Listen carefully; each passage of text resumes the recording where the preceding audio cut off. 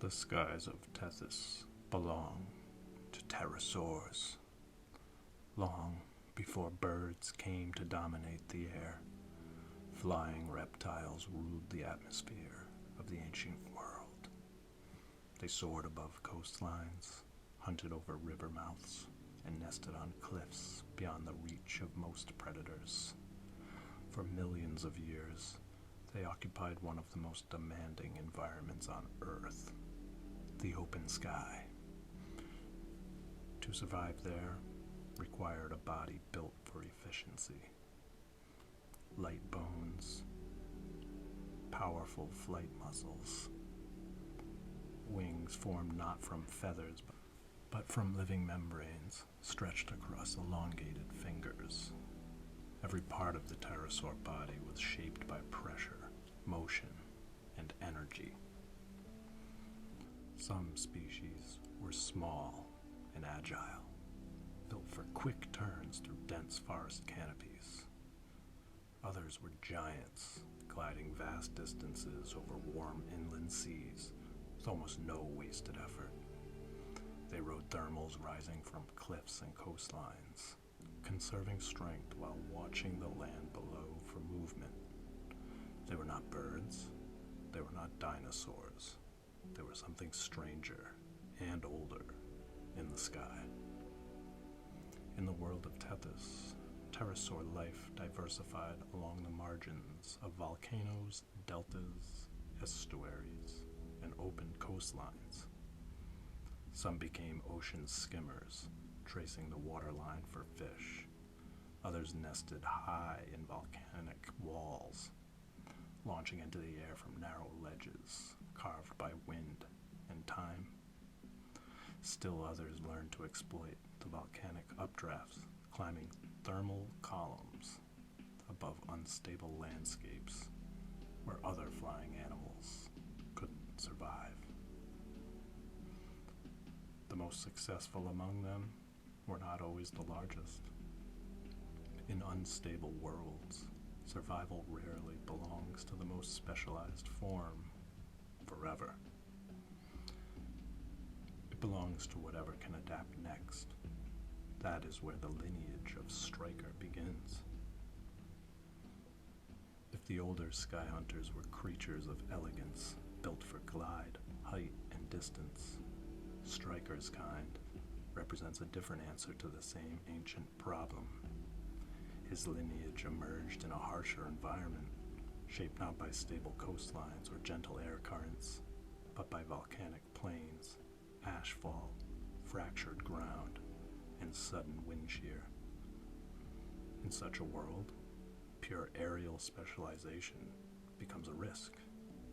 A creature that can only soar is vulnerable when the sky turns violent. A creature that struggles on land is vulnerable when there is nowhere safe to launch. And a predator, dependent on only one style of hunting, may not survive when prey routes shift under environmental stress. So this lineage changed. Creatures like Stryker evolved towards versatility. They retained the wings and visual acuity of their pterosaur ancestors, but their bodies grew stronger in other ways. Their hind limbs became more capable, their frames more durable, their landings rougher, but more survivable. They could move across stone and volcanic flats with greater confidence than the high glider of older eras. They could stalk, launch, climb, and endure. That did not make them perfect. In fact, it may have made them awkward. Evolution does not produce ideal forms all at once. It produces compromises, transitional advantages, bodies still negotiating with the pressures that shaped them. A creature like Stryker would not move with the effortless aerial grace of the old sky soarers. He would be more physical than they were, more adaptable, but less elegant, strong enough to survive rough terrain, but burdened by the cost of carrying both aerial and terrestrial capabilities. That is what makes such a lineage believable. Nature often rewards these imperfect intermediates in changing environments.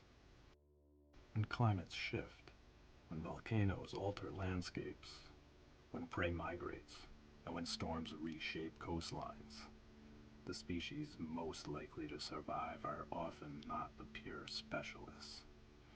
They are the generalists, the ones able to live between categories, the ones able to do more than one thing well enough. Stryker belongs to that kind of world, a world in which adaptation matters more than beauty, a world in which the sky no longer belongs only to those who glide best, but those who can survive the land when they are forced down. A world in which scars are not signs of failure but records of selection. Even the behavior of such animals would reflect their environment. Older pterosaur lineages may have preferred high roosts, long soaring patrols, and wide hunting ranges.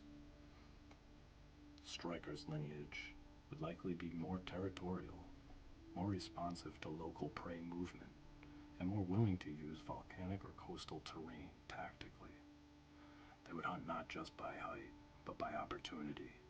Fish in estuaries, smaller animals along cliff edges, carrion when conditions demanded it. That flexibility is not weakness. It is an evolutionary strategy, and it mirrors one of the deepest truths in the world of Tethys itself. Life does not survive because it remains unchanged. It survives because it keeps moving. The sky creatures of Tethys are not decorations in the landscape.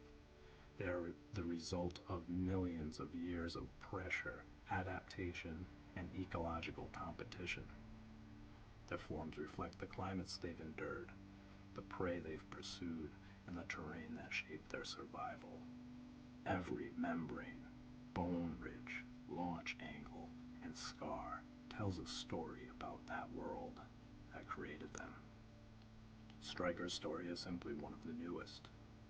Not the last pterosaur, not the first of something entirely different, but a branch in motion. A sky predator forged in instability, a creature balanced between air and earth, an animal shaped by a world that never stops changing. And in Tethys, that may be the only kind of creature that lasts.